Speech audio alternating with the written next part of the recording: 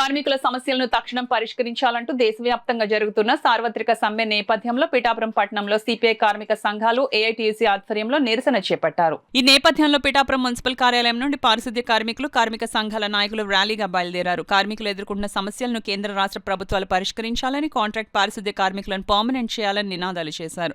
ఈ సందర్భంగా సిపిఐ పిఠాపురం కార్యదర్శి సాకా రామకృష్ణ మీడియాతో మాట్లాడారు. కార్మిక లేబర్ చట్టాలు 44 చట్టాలని కేంద్ర రాష్ట్ర ప్రభుత్వాలు కుదించి 4 లేబర్ కోడ్లుగా చేయడం జరిగింది.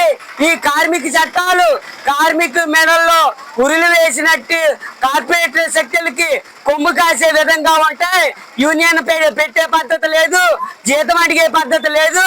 ఇవన్నీ కూడా కార్మిక హక్కుల్ని కోల్పోయే పద్ధతిని ఇవాళ చట్టాలు పనిచేసే విధంగా కేంద్ర రాష్ట్ర ప్రభుత్వాలు తేవడం జరిగింది. ఇవాళ ప్రధాన సమస్య పట్టణంలో పారిశుద్ధ సిబ్బంది తక్కువగా ఉంది.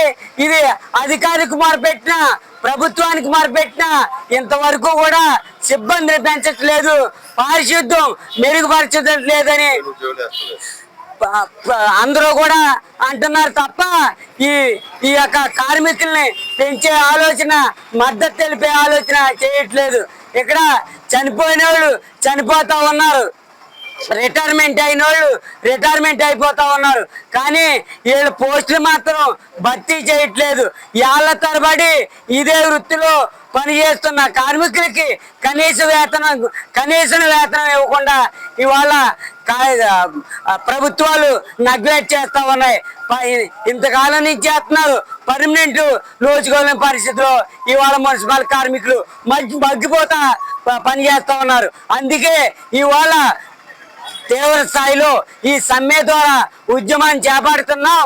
ఇప్పటికైనా ప్రభుత్వాలు దిగొచ్చి మా కార్మికుల డిమాండ్లు అమలు చేయాలని ఈ సమ్మె ద్వారా హెచ్చరిక జారీ చేస్తా ఉన్నాం.